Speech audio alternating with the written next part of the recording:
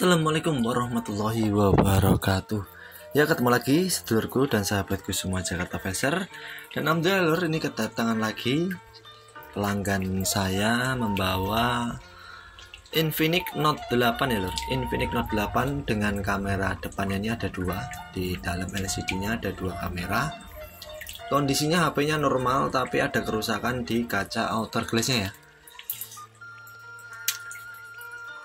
Ini nanti akan saya ganti dengan kaca outer glass yang baru ya lur. Ini untuk awal-awal seperti biasa kita buka terlebih dahulu cover belakangnya ini. Hati-hati jangan sampai cover belakangnya lecet dan jangan sampai kabel fingerprintnya itu fleksibel fingerprintnya jangan sampai robek ya lur.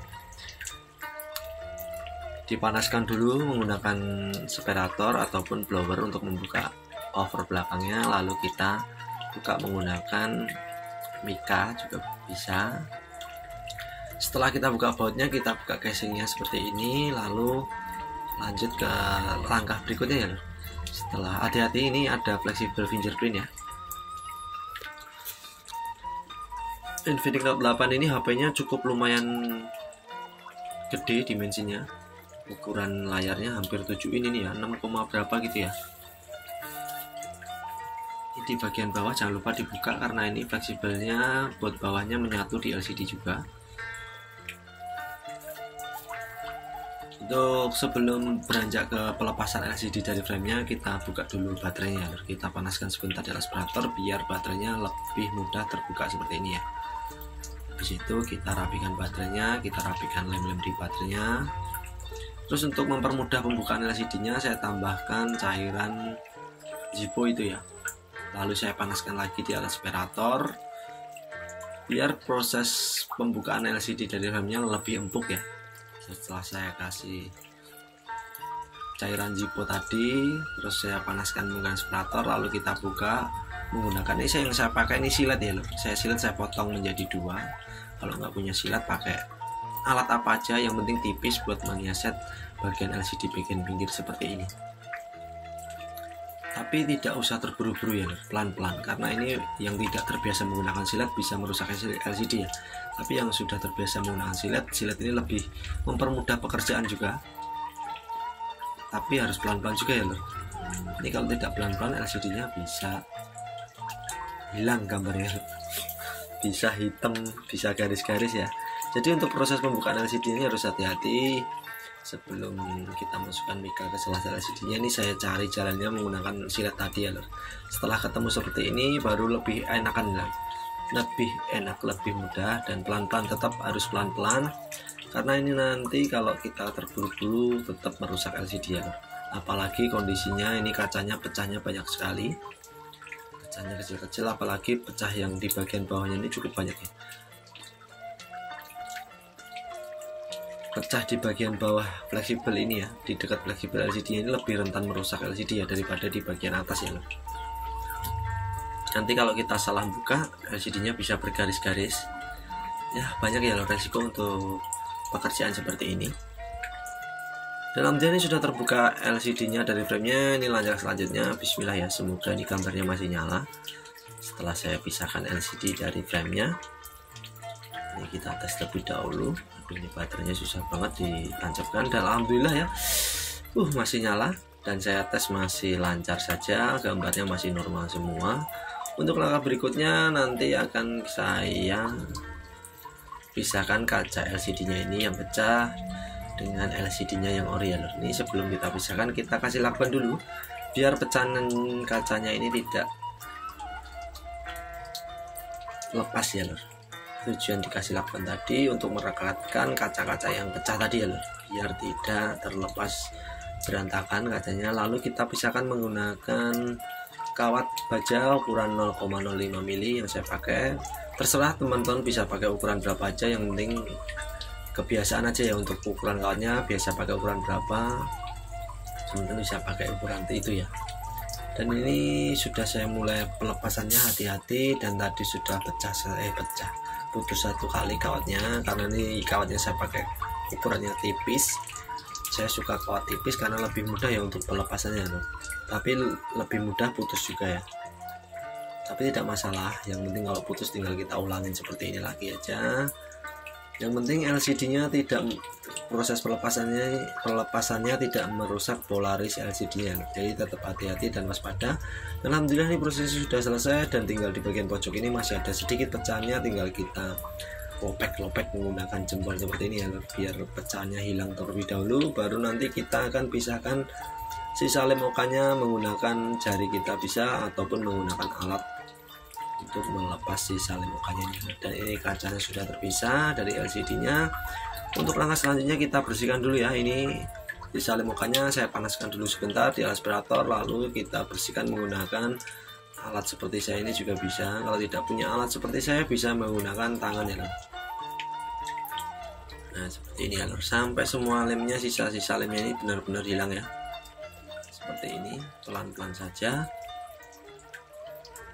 Nah seperti ini ya, pelan-pelan sampai semuanya hilang sisa lem OK-nya ini. Lalu setelah nanti semua lem OK-nya bersih, ini kita lanjutkan dulu biar semuanya hilang dulu ya. Nanti kita bersihkan sisa lem OK-nya menggunakan thinner. Flat lem OK-nya ini masih berbekas di LCD-nya, nanti kita bersihkan bisa menggunakan thinner ya. Teman-teman kadang banyak yang bertanya, bang itu cairan yang dipakai cairan apa? Saya biasa pakainya thinner ya. Thinner biasa itu ya, yang dijual di toko-toko material.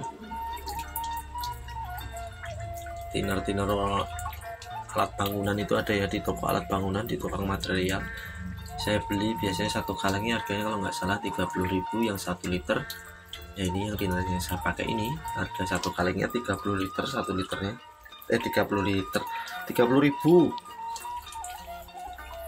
Lap terus sampai semuanya puinclong bersih, tidak ada noda lagi yang tersisa di LCD-nya. Lalu kita masukkan LCD-nya ke frame-nya lagi untuk mencetak kaca barunya ya, mempresisikan penempelannya.